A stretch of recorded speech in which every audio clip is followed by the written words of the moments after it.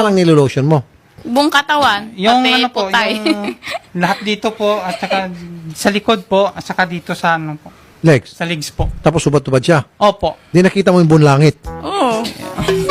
Opo, sir. Pero hindi na nga ako minsan tumitingin po, sir. Kasi siyempre ako nahihiya sa ginagawa niya. Sigurado ka hindi mo ginagawa-gawa tong story na ito? Ay, hindi po, sir. Hindi ko yung gawa-gawa po. So, hubot-hubad siya. Opo. Walang tapalodo. Wala lahat po.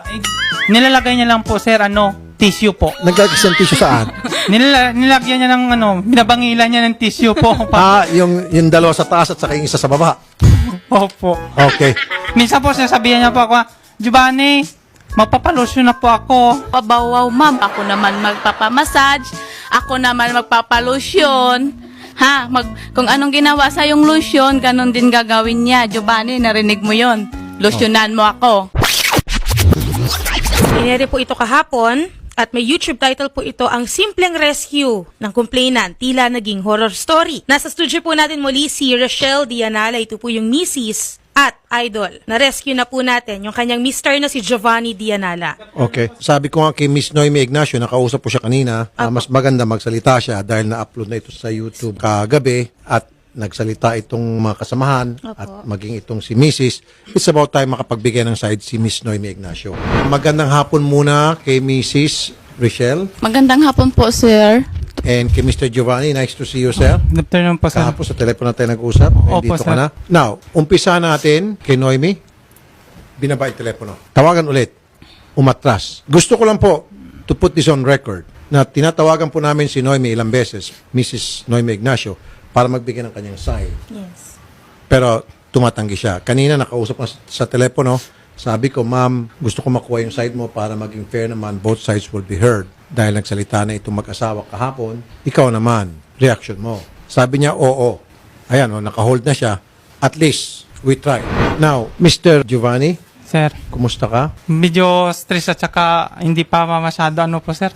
Parang Depressed. depression at saka turete yung utak ko ngayon, sir. Bakit nandito ka naman na, sir. Ba't ka pa na-depress? Kasi hindi ko rin kaya doon sa kanya, sa mga sinasabi niya at saka pagbibintang niya sa akin, sir.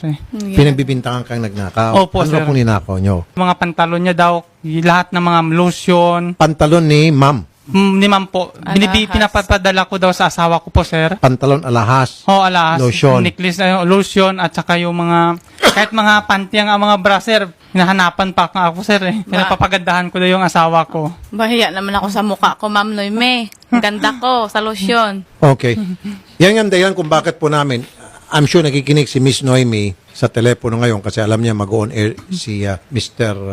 Giovanni. Yan po ang dahilan kung bakit gusto namin kayong mapakinggan din ang inyo pong side, Ma'am Noemi, para tanungin kung meron ba kang ebidensya doon sa inyong bintang kay Mr. Giovanni na siya ay nagnakaw ng mga panty, bra, lotion, ano pa? Pantalon. Pantalon po. Alahas niya. Yun yung dahilan kung bakit ayaw ka pakawalan. Opo, sir. Talagang ginigipit niya po ako. At para maging patas naman po tayo kay Miss Noemi, hindi mo naman talaga kinuha o Ay, hindi po, sir. Hindi nga ako pinakialaman mo yung makakalabas kanyang po, mga sir. personal na gamit.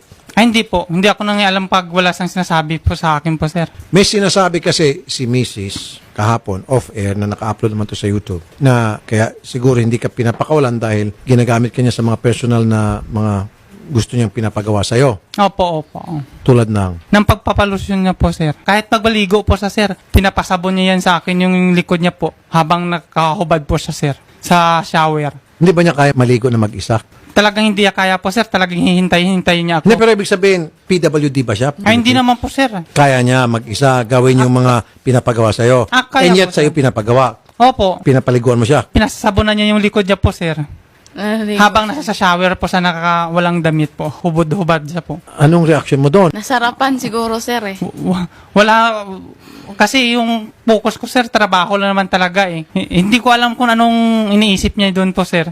Hindi mo sinasabi, ma'am, hindi ko na trabaho to, mapaliguan ka. Hindi ka naman baby. Sinasabihan niya nga po ako, sir, na siyempre trabaho mo yan, gagawin ko daw kasi trabaho ko. Trabaho mo, ano bang hinahal niya sa'yo? Anong pagkakaalam mo yung trabaho mo sa kanya nung kinuha ka niya? Boy lang po, sir. All around ka Opo, sir. sa bahay. Tapos personal pa, inaalagaan mo si ma'am. Oo. Pinapaliguan, pinapalosyunan. Opo, at saka yung anak niya po. Pamassage pa. Nagpapamasahe pa sa akin po, sir. Teka muna, pag naliligo si ma'am, pag nasa beach, nagpapalosyon, ganon. Sa bahay lang. Sa bahay lang po, sir. Talagang sa Sa bahay, bahay lang, po. sa kwarto. Saan ang nilulotion mo? Buong katawan. Yung pati ano po, putay. yung lahat dito po, at saka sa likod po, at saka dito sa ano po, Legs. sa legs po. Tapos subad-tubad siya. Opo. Di nakita mo yung bunlangit. Oo. Opo, sir. Pero hindi na nga ako minsan tumitingin po, sir. Kasi siyempre ako nahihiya sa ginagawa niya. Sigurado ka hindi mo ginagawa-gawa tong story na ito? Ay, hindi po, sir. Hindi ko yung gawa-gawa po. So, hubot-hubad siya. Opo. Walang tapalodo. Wala lahat po. Nilalagay niya lang po, sir, tissue po. Nagkakisang tissue saan? Nilagyan niya ng binabangilan niya ng tissue po. Yung dalawa sa taas at saka yung isa sa baba. Opo. Okay. Buti hindi mo Yun naihipta sa, mo. yung sa baba lang po, sir, talaga. Ha? Yung sa baba po. Lagyan niyang tissue. Oo. Minsan po, sinasabihan niya po ako, Giovanni, magpapalusyon na po ako. Sabi niya ganun. Oh. Tapos, ba't ka naman pumapayag? Saan tumanggi ka? Baka gusto mo rin. Hindi po, sir, kasi kung ayaw ko, siyempre sinasabihan niya nga ako na talo daw siya kasi laki-laki daw yung sweldo na binibigay niya sa akin. Magkano sweldo niyo po, sir? 9,000. 9,000 po minsan, 10,000 minsan binabawasan niya pa nga, sir, eh. Sa ilan ba niyang pinapagawa yun o sa mga ibang empleyado pinapagawa rin? Ikaw lang. Ako lang mismo po. Alam ba ito na mister niya na Hindi. Ay, yun, hindi ko lang alam po kasi ang alam po, sir, pag nandyan yung kahit mga anak niya, kahit yung driver naman niya, akyat niya, sir, kahit nasa banyo po siya, talagang pinapatigil niya muna. Sinasabihan niya pa nga ako, takpan mo muna ako. hindi mo sinumbong sa mister niya, sir, ito yung pinapagawa ni Mrs. Baka makarating sa'yo at magselos ka para malaman mo lang, para mag-usap ng dalawa. Hindi mo sinumbong. Ay, hindi ko na sinabi yun po, sir. So ano yun? Araw-araw siya nagpapaligo. Maliligo sa halimbawa, ngayon po, sir, sa sunod na araw, hindi. Balik katawan lang, sunod naman na araw. Buti pati yung pagtata niya, hindi mo siya pinapata.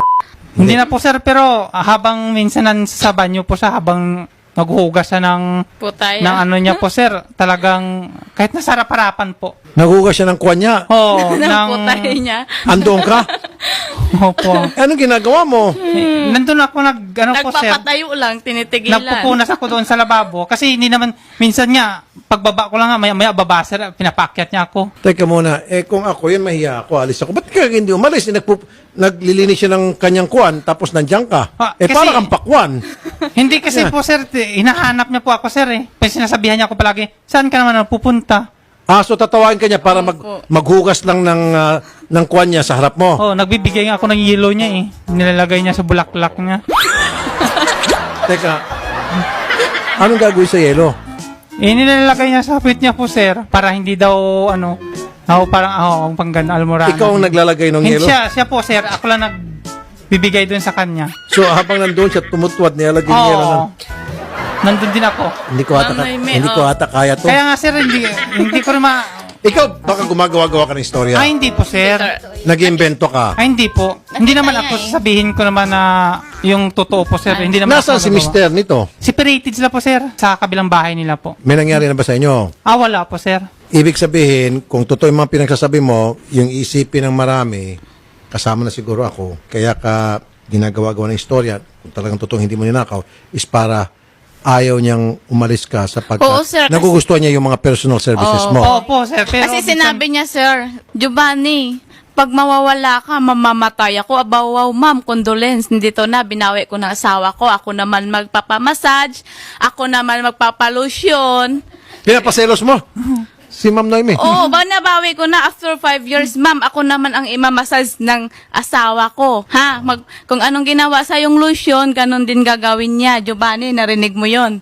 Lotionan mo ako. Araw-arawin mo. Ma'am, babawiin ko na to.